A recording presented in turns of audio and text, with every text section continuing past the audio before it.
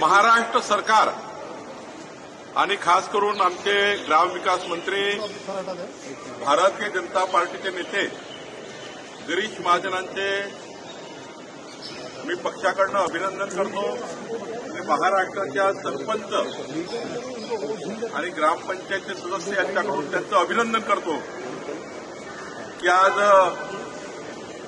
ग्रामपंचायतमध्ये जो एक तिढा निर्माण झाला होता 15 लाख रुपयापर्यंतचे कामं ग्रामपंचायतला करता येत होते पण मधल्या काळात काही अडचणी आल्या पण आज महाराष्ट्र सरकारने आणि गिरीश महाजन जे आमचे मंत्री यांनी एक ऐतिहासिक निर्णय घेतला आणि महत्वाचा निर्णय घेतला यानंतर मात्र ग्रामपंचायतला आता 15 लाख रुपयापर्यंत कामं करता येतील।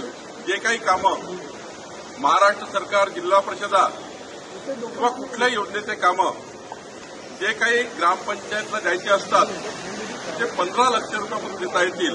हा एक चांगला निर्णय ग्रामविकास खात्याने घेतला आहे। मी भारतीय जनता पार्टीतर्फे गिरीश महाजनजी यांचं अभिनंदन करतो।